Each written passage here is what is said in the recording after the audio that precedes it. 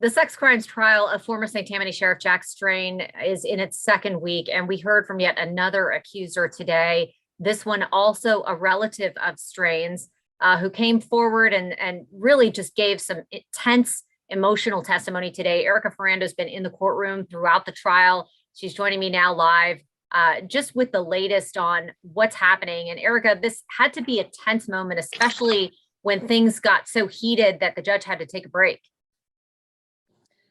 Right. And so this is another one of Strain's relatives. And I'll give you a little background on what he accused Strain of when on the stand today. He said that when he was 10 years old, he started touching him inappropriately. Apparently, he used to go over to the Strains a lot. He said that Jack and Lisa Strain were almost like second parents to him. He was over at their house and did sleepovers, and they would ride four-wheelers and they would go hunting. And he said that Strain began inappropriately touching him, started touching his thighs, and it would kind of progress a little bit from there. He said he would make inappropriate comments to him. And so he seemed pretty calm throughout most of his testimony, until they started talking about a phone conversation that he had with his mom in 2017.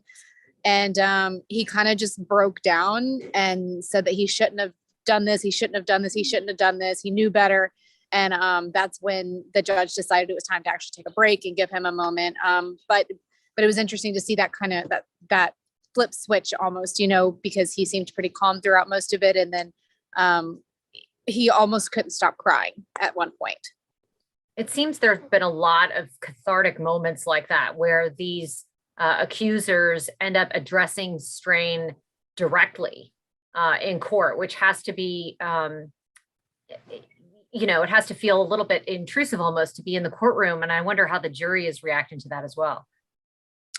They've been paying attention very closely, and they kind of keep a straight face, honestly. But they do look back and forth between the witnesses and Strain, who's, sitting with his attorneys.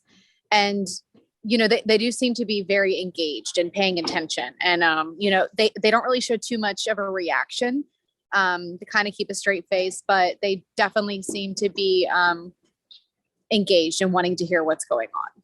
What did the defense attorneys have to say about it? Well, this relative ended up working under Strain at the sheriff's office, and he wasn't super closely tied to this work release program that we know Strain is facing federal charges for as well, but he did kind of work there. And so he was approached by the FBI in 2017, and that's when he claimed that Strain molested him as a child.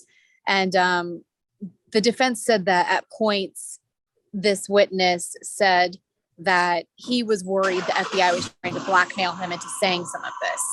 And they made this claim yesterday as well with the other relative, saying that, maybe they were trying to build a case.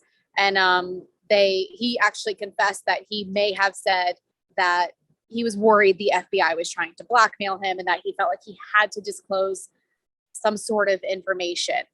But he said he tried to get out of it and didn't want to testify. And his mom also took the stand, this fourth alleged victim. His mom took the stand and said that she even approached Strain herself after the FBI approached her son, saying that he wanted to get out of this. He didn't want anything to do with this. So that was kind of what the defense was saying, that, you were worried that you might have been blackmailed into saying this information. What did she say about his testimony, about the actual allegations? Did his mother seem to back him up? She claims that he confessed all of this to her in 2013. She said that they were at Chimes in Covington, and there had been some discussion about another relative who may have made some claims as well. And so he said, I guess, maybe she's right, basically. And so the mom kind of questioned him on that a little bit and kind of dug until she says that he confessed that Strain had molested him as a child. Wow. That's stunning that these allegations have been unfolding in that timeline. The 2013 is, of course, when we first started doing a bunch of stories about the work release, and some people were coming forward with some allegations about strain that didn't really get a lot of traction back then. But it's interesting that that led to this conversation allegedly between this fourth victim and his mom. Now, someone else who took the stand today that's notable is Lisa Strain, Jack Strain's wife. Yes. Why did prosecutors call her to the stand? Any idea from their questioning? They just questioned what, kind of what she knew and what Jack Strain had told her when she started, learning that there were some accusations. But we saw her come to the courthouse with him last week, and they were holding hands. She never claimed that she believed he did any of this. She told prosecutors and defense attorneys that he always claimed that he never did any of these accusations, that they weren't true. And so that's kind of what she said on the stand today. She did appear to be pretty defensive when being questioned by the prosecutors. It was pretty clear that she didn't want to be there. And one other thing that we kind of noticed was that she never looked Strain in the eye. It appeared that he was maybe trying to make eye contact with her, but it didn't look like she ever looked directly at him while she was testifying. Now, most spouses can't be compelled to testify against their husbands. How did they get around that, or was she a willing participant? That is a good question.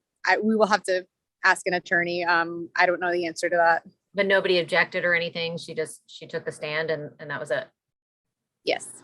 Interesting. Okay. Well, lots going on in the trial today. Of course, another day of testimony is expected to begin tomorrow. Any idea who's up? Is this going to be the fifth accuser? We don't know. We don't know who they're ever going to call to the stand. I think we're about 20 people in, I believe. And I know there's a witness list of 30 people. So we very well could hear from that fifth accuser tomorrow. Okay. Well, I look forward to hearing about it in your reporting. Thanks so much, Erika.